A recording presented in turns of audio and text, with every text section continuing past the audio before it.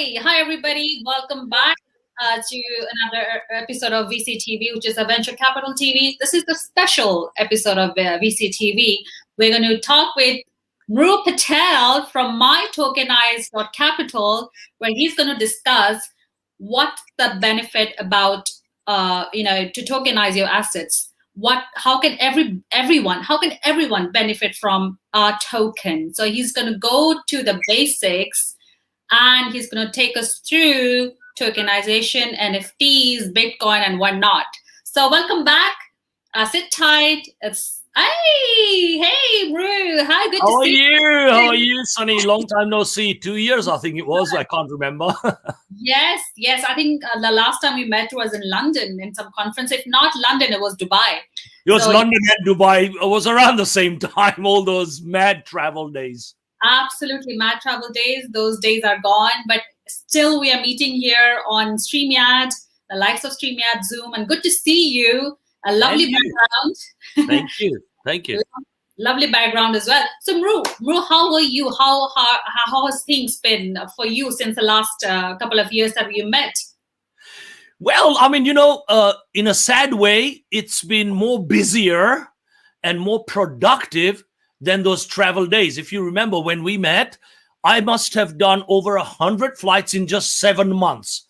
And then in January 2020, after a Miami talk, London talk, and this was third week of January 2020, after those 100 plus flights in 7 months, I said, you know what? I hear these things about COVID. I'm locking down. And I locked down. And the first flight I took was December. So it was good 11 plus months I locked down. But it's been busier than ever.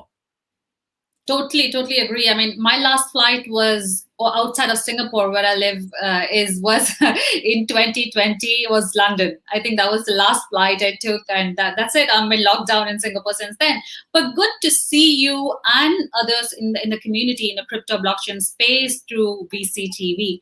And I gathered that you are in Dubai right now as we speak. No, I'm not there right now. I'm going there next week. Okay. So you're going to be there next week, and there's a big event happening in Dubai, as all of us know, in the crypto world. So let's just hear about some thing about what's happening in that conference there. And and today you're going to talk about MyTokenized.capital as well. So let's just hear from you. What is MyTokenized.capital all about? Let's just start with that. Okay, so we are disrupting the current unequal world. So as before we spoke, I was with sunmicrosystems.com and Java days in the 90s and all that. So I've had this vision ever since then. And that's what internet did for everyone 10, 15 years later in a big way, okay? And what with crypto is doing now, it's enabling the money side of transaction in a digital format. That's why a lot of the banks are doing CBDCs, etc. In terms of the current movement or fad or FOMO with NFTs and DeFi is concerned, if you go back to basics, in my view, decentralized finance happened for decades, okay? People were always financing. In fact, my first venture to buy a property straight out of university was taking bits of money from people I knew, and I bought a property, and then I bought a shop, and I bought Crowd financing then became the term. But that's exactly what it was. You took money, split it into bits, and you did what I call people-to-people finance, or PFI as I call it, not DeFi, all right? Yeah. Okay, so that happened for decades ago. Right. Now, NFT is the next fad, and I will go into non-fungible and fungible later when you ask me those questions, I hope. But then what happened was NFTs. Now, what is NFT? It's, in simplistic terms, it is something that is unique and sold. Piece of art, a building with a unique characteristic with its title, location, etc. Meaning there is no other like it. Right. In very simple terms, okay? A Mona Lisa original, etc. Okay? a Yeah. piece of music original. Exactly the same thing. So non-fungible token, the reason why it's become a fad is it's now using blockchain and cryptocurrency to Right. make it so. That's the only difference. But in terms of business or in terms of fundamentals, that's what it is. Okay. Yeah. And what we are doing is currently there's what 120,000 real big collectors of NFT tokens. And I believe this is not fair. It's not equal, because if you think, if you're a musician, you've got millions and millions of followers, people who buy your stuff. Yeah. If you're an artist, there's millions and millions of followers who like your art, can't Yeah. afford it. If you are a building owner, there's millions and millions of people who'd like to own a piece of that building to earn the rental incomes that the REITs and all these big investment funds do. Generally, people can't do it because you need big ticket investors. That's why you get the big whales, the big fund managers do this sort of stuff. And what we are doing is disrupting all of that. We are taking, under mytokenized.capital, Right. we have created a socio-capitalism model where we share the profits with everyone. So if you like a piece of art and you like that artist or music, you can like, share, comment on it. And we've got an AI-based application that does that. Yeah. And it shares the whole profit model for that ecosystem. So now everyone gets involved. So where we have already MOUs with multiple musicians and artists, if they have a piece of photograph or whatever, we will share that with their community. So it's a mix between YouTube, Facebook, Rarible, OpenSea, and all that, all under one hat, where you can mint, Right. shard, buy, sell, and even trade and rent your token. That in a Okay. nutshell is what we do. So you are basically helping the artist and the magician, especially during the lockdown, because their businesses, they're out of business mostly, right? No conferences, no big conferences happening. So I think this is a great, great platform for helping those people out. And again, what about the investors? How can I invest, or anybody can invest? So we haven't started taking investments yet because we've been doing it all with our money and time and all that. But after Dubai, that's when we are going to start raising investments on it. So only for invited select few with slightly large ticket amounts. And there's a special strategic alliance partnership that we are doing, where if someone's coming in with some value add, we create one partnership license for them, and anything that goes through them, they get a percentage of anything that goes through them, be it the initial trades or future trades, plus a share of the platform's profit as well. And that we are assigning to those initial investors. Got it, got it. Thank you, Bru. Again, talking about the event in Dubai. So what's this event all about, and what are you, I mean, how are you contributing? Yeah. So this is the AIBC event. It's the people who do the Malta event with Iman and his team under Sigma. And this time what's happening is, because Dubai is more open and safe and all that, they're doing this event in Dubai, where expecting 3,000 to 4,000 people. And it's probably one of the first big live events, and they've been known to do the live events. And what we are doing is we are presenting a showcase of emerging technologies and some of the artists that we have agreed with to showcase that on the stand. It's the biggest stand at the event, and we are going to showcase them. But we are, again, disrupting that model. So when people go to events or do an exhibition, they have to buy their own stand. They have to build their own stand. They have to market it. They can't afford that much because it's 10, 20, 30,000 by the time you finish doing a small 2 meter or 4 meter stand. We've got the biggest stand there, 10 meters by 10 meters kind of stand. And I've fractionalized that stand, talking blockchain again. So what I've done is each sponsor gets a spot on the stand where they can put their logo and all that. They will get corporate branding across the stand. But we've gone a step further. We create NFT avatars for them. Any content they want to create an NFT, we do that on our platform. So up to 5 items, we allow them to create an NFT, and we do that should they want it. We are then going to do an interview with them with the NASDAQ journalist Jane King. So Jane is flying in from New York. She does Market Side and Tron and quite a few other TV channels. So what she's going to do is she's going to interview as part of the package. So as an exhibitor, generally you don't get away with a bunch of useless cards. So now you've at least got some collateral of interview, collateral on the biggest stand where it's most visibility, and they can brand it and put it onto their website, their investor packs. They can put it wherever they want as collateral for branding, image, trust, whatever you call it. Okay. Yeah. So all of this plus more we include in that package for sponsors. And it's $7,000, for example. That's it. One off, and they get that. Plus, we are going to do a footage like my 100 days to this. And we are going to create that footage of the whole event and give that to them and NFT it for them. And then the profits that come from it, we will share with the sponsors and the community for the likes, shares, comment to make them viral. And we have an app developed for it. So that stand fractionalized app has also been developed.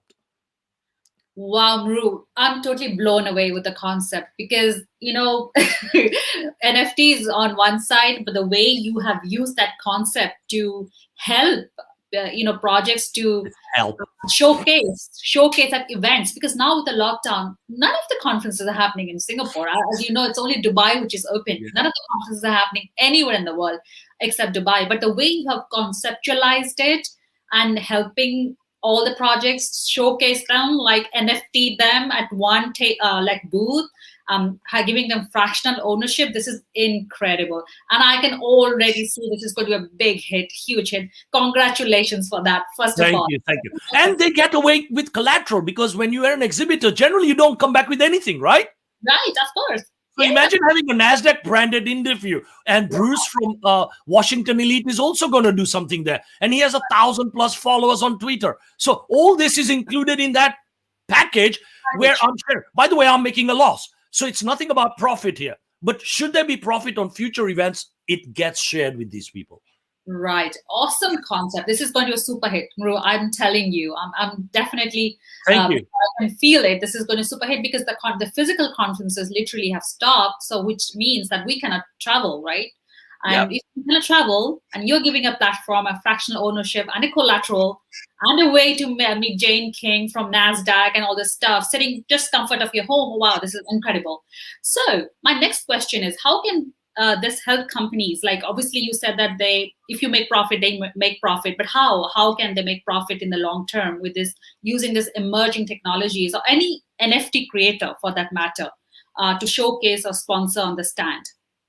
So for the stand, what we are doing is you'd come on the stand, you do your own thing over there. If you're an AI-based, blockchain-based company and you have a product, you can showcase that however you want, okay? You will get interviewed with the people that I mentioned, okay? Then you may have a specific piece of asset that is unique. It could be a white paper, it could be an architecture drawing. We can NFT that for you, mint, shard, etc., and give it to you, okay? Or put it on our platform. Then for them to get viral and reach when our real My Tokenized Capital platform goes live, Q3 this year, they will get that whole community reach from the same platform. So you don't have to go and mint in one place, shard in another place. You don't have to go and rent or buy or trade on another platform. You don't have to create your social media. 90% of the people out there don't even know who their buyers are, and they don't know who their followers are, the artists. Right. This way, you've put them under one umbrella. And more importantly, when you do future sales, where do you go? You always go to your existing people, right? Yes. So no one, OpenSea, Rarible, none of these guys give you that access. We give you that access openly. Why?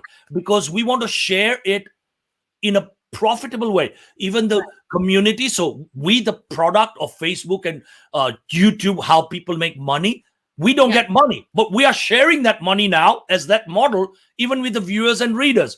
So they get engaged with the creator. Right. So that way they become more viral when they like, share, comment, right? So we tokenize all that. Our logo is Be the Coin. So we want people to be the coin. Wow, this is something new and unique, and I'm loving it because I understand the concepts of tokenization and NFT. Obviously, we opened up LATOKEN, opened up a marketplace for NFT as well. So it's huge. I mean, I'm just loving the concept. But tell me, where can somebody find the details? If I have an artist or a musician who would like to contact you or for sponsorship, where can they find you and where can they find the details? So first, just reach out to me directly. Not a problem. It's Mru, spelled MRU, as it's there, and mytokenized.capital. But the tokenized is spelled with a Z, American style. So it's Right. mytokenized.capital. Add me on LinkedIn, wherever. Okay, and if they want to reach out through VCTV, they can always do that as well. Absolutely, I'm there as well. And here's the difference. Everyone calls it NFT. I don't think NFT is the future. I really don't. I think it's tokenization of asset. It could be any asset. And then how it's done. So I started, in fact, in Singapore 4 years ago, before you were there with LATOKEN. And I spoke over there, followed by another event about 3 odd years ago with Tim Draper and everyone in the heydays of ICOs in San Francisco. When everyone was talking ICOs, I'm talking about tokenization of assets. That's all I was talking about. NFT happens to be just that. So NFT just now is targeted by majority of the people at the art, musicians, all right? Or people who have photographs or tweets, content. We do all this content. However, our next version, which is what I said, is going to have any asset where you can rent it as well. So imagine that. Imagine now, if you're a museum and you have a virtual gallery in the metaverse space, you can't afford to buy it. Okay? Right. So people who've created metaverses, you can't afford to buy these pieces. There's not many people like Vignesh out in your part of the world in Singapore. All right. Yes. Okay. Not many people like Vignesh buying at 70 million or 69 million. However, imagine a virtual area where it is a gallery where anyone can rent it and pay rental, just like how you have a building and people in a whole block or a shopping mall pay rent to be inside the mall. So the NFT is that shopping mall because there's only one shopping mall like that. Yes. And then you shard it into fungible tokens to say these are the fungible parts of that same NFT. Now you can rent it, buy it, trade it, sell it on the exchange, whatever. Wow. And that's what we are developing into an integrated platform. So my thing is, forget NFT. It's an NFT. It is the whole thing about tokenization of assets and bringing it down to basic business things that have already been happening into the new world. That's all. Absolutely. Thank you, Mru. I have got some basic fundamental questions. What's the difference between a fungible token and a non-fungible token? And I thought you'd ask me that one. All right. Let me tell you in very simple English, because a lot of people get this pretty much wrong. Okay. So a fungible token is anything that you can trade one to the other and it has the same value. A Bitcoin from one place to a Bitcoin from another place or another Bitcoin, they all have the same value.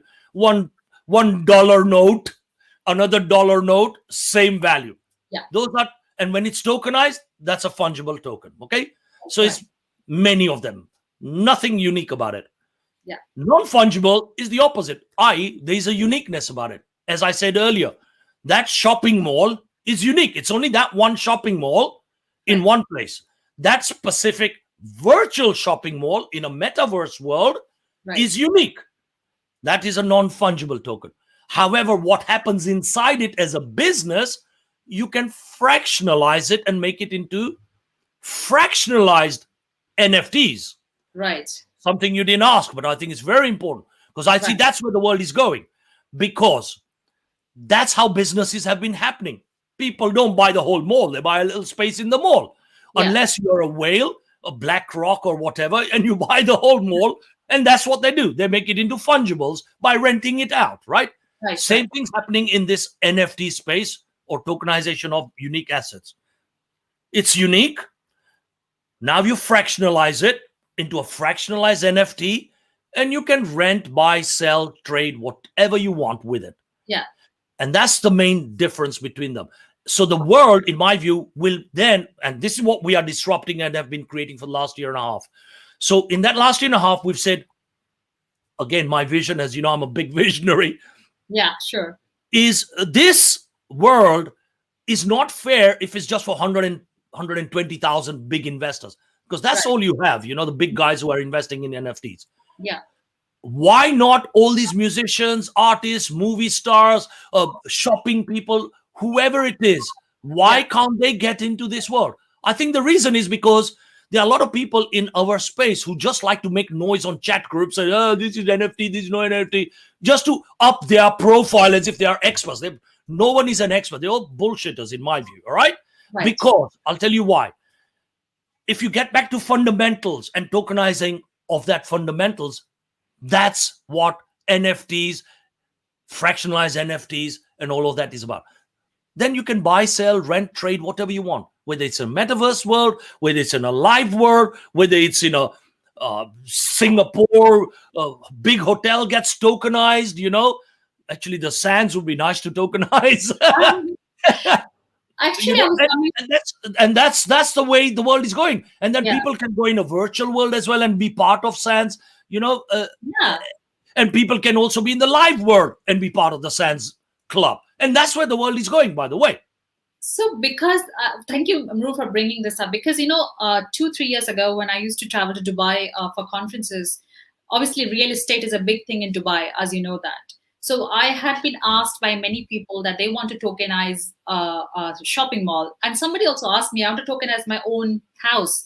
But back in those days, like that concept sort of didn't struck me that well. Like, they wanted to do a STO. They wanted to do they wanted to tokenize and do an STO to raise funds.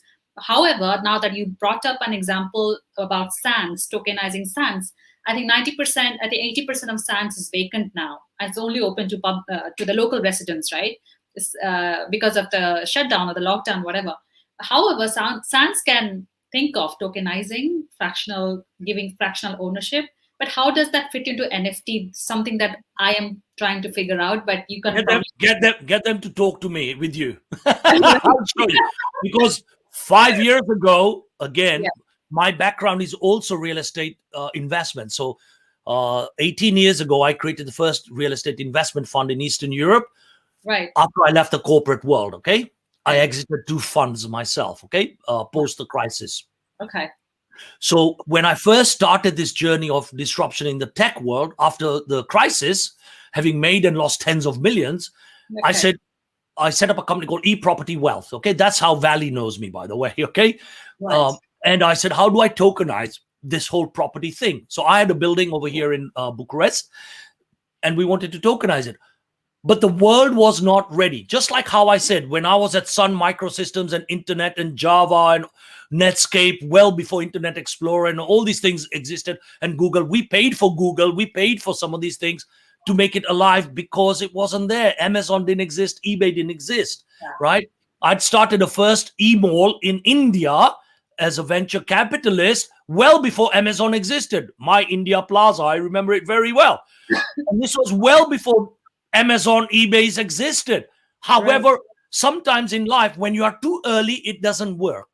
Right. So when Sun started this Java and Internet, and I was visionary and running businesses in the hundreds of millions, it was difficult to talk to the Toys R Us of the world or the retail banks of the world to say, if you don't do this, you will not survive. There's a go away. People like to look, feel, see, touch.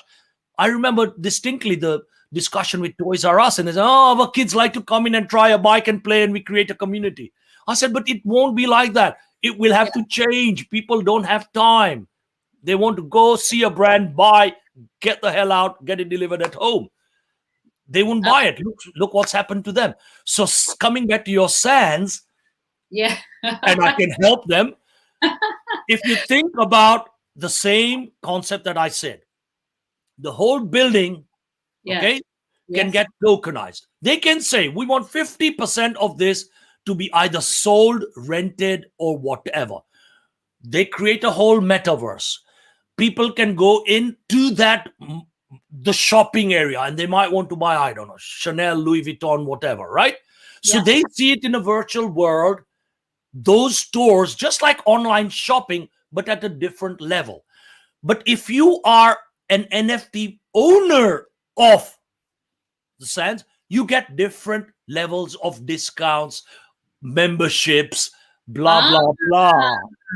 that's interesting now. Okay, so I can tell you the whole vision, but everyone wants free advice from me these days. and by the way, that whole model, I know how to do it.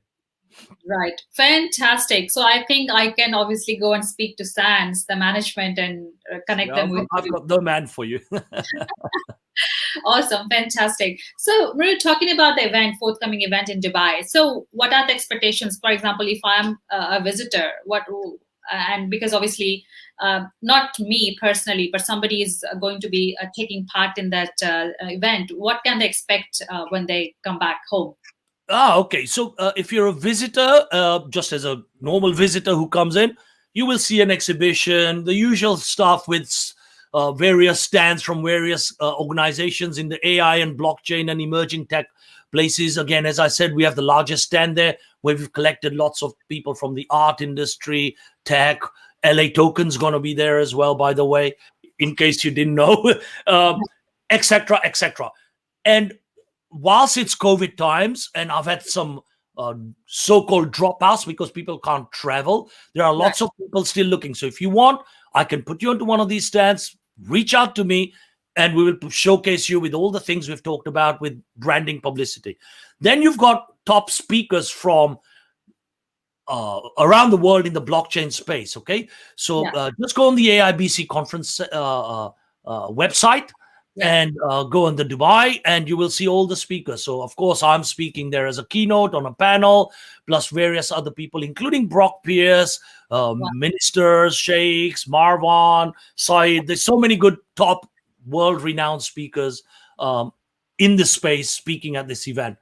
So then you have the usual networking events, the drinks, the dinners, awards ceremony, and a party at the end. So that's the format. Absolutely. Crypto without after parties is not the end. I mean, it's not complete. Okay, what about those who cannot travel? Can they sit at the home? Yeah, there is an online, as far as I know, there is an online viewing of the speakers and things like that. So that is available. Yeah, they're going to stream it. Absolutely. Okay, great. I thought so. It's a hybrid model. Thank you so much, Ru, for enlightening so much about the event, about MyTokenized.capital, sharing use cases, fantastic use cases as well, which obviously nobody thought about it. I mean, everybody thought about it a couple of years ago, but probably didn't know how to execute it. That's the problem. Execution's key. Execution is key. Absolutely. So before we wrap up the show, I would like to take some closing remarks, closing thoughts from you, Ru. What would you want closing remarks on? Throw something at me and I will give you remarks on something. I mean, current market? How about current market? Of course. Let's take it through. Bitcoin dropped down because of Tesla, couldn't be bought anymore using Bitcoin. Besides that, any other market news you could share? Yeah, let me tell you, this current crash, that's a good one. This current crash with Elon Musk saying he's going to pull out of Bitcoin and because it's too energy consuming, okay? Based on traditional energy, fossil fuel, rather than the green energy, okay? Yeah. Here's my take on it, okay? Here's my take on it. And I've traded for 30 years. So I know what investments and trading and people's agendas and whale activities and all this are, okay? Yeah. So even in the 90s, by the way, you get this in every industry. You get the real big cartels who own the large percentage of any company's stock, and they move it and shake it. Why? So they benefit. So they know they've dumped it before they make an announcement, and they are the ones buying. Look at what happened with Jamie Dimon. Oh, we don't want anyone to buy Bitcoin and we'll sack them. I don't want any of my investors. There he is buying it, and he's been doing it. Goldman Sachs, same shit. Sorry to say it. And call them out. That's exactly what they've been doing. All right? Yeah, why? Because a good way to buy cheap, right? Absolutely. Oh, got you. Good way to buy cheap. All right? Yes, now imagine Elon Musk.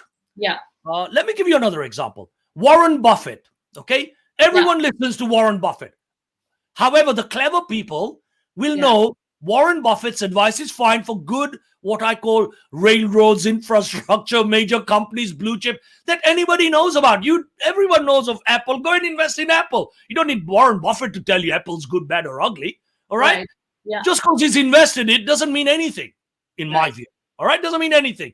If you got any common sense, you don't need Warren Buffett to say, oh, I made 15 or 18% or 20% return in his best times, 20% return in my fund, whilst some of the other funds made 15%. So I'm fantastic. Now, if Warren Buffett, and he often does, calls cryptocurrency a scam, Ponzi scheme, blah, blah, blah, it's like listening to Warren Buffett wanting to repair my Maserati or something. I wouldn't employ him to do that. All right? Because he got no experience in this business. All right? It's like calling an electrician to repair a bloody Marina Sands or something for something else, right? You wouldn't do that. So why listen to people like that? Elon Musk and Bitcoin, you have to listen to. I'll tell you why. Right. He's one of the richest in the world. If not number one, it goes up and down. Two, he's a holder of 1.5 billion in Bitcoin. Yes, he is. Okay. Yeah.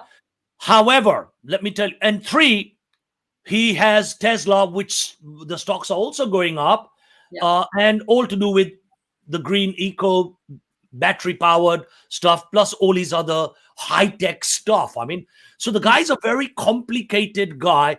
And I mean, who would name their kid the way he names his kid? I can't even say it, you know? So the guy's a complex guy, very clever, very sharp, and I love him for that, okay? Right. However, the business hat on him, look at what he does. He's selling all his houses. He says renting is best. Why? Because with that money, he can make 10 times more money than having a house. Might as well pay rent, make 10 times more money, all right?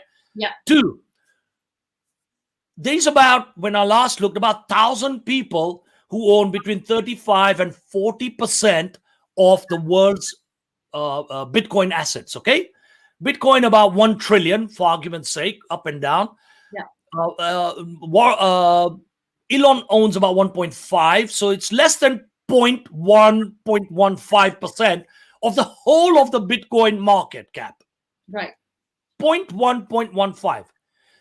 The rest of those 1,000 people, okay, are the Winklevosses, the Grayscales, the MicroStrategies, the BlackRocks, blah, blah, blah, okay?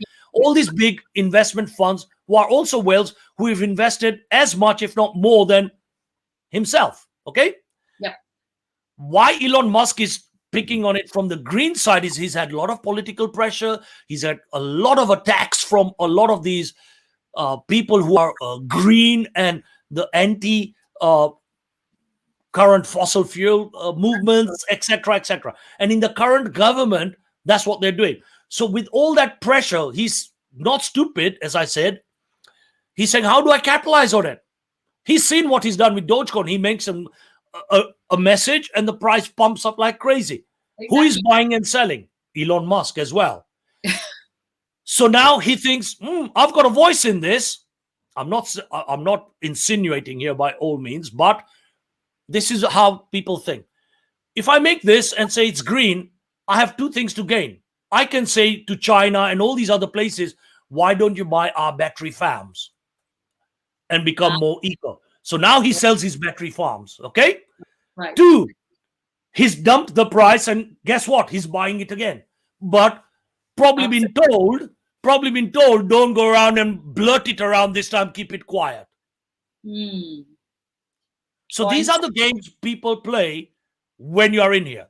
So for the average investor, my view is look at the whole game. Look at the whole game.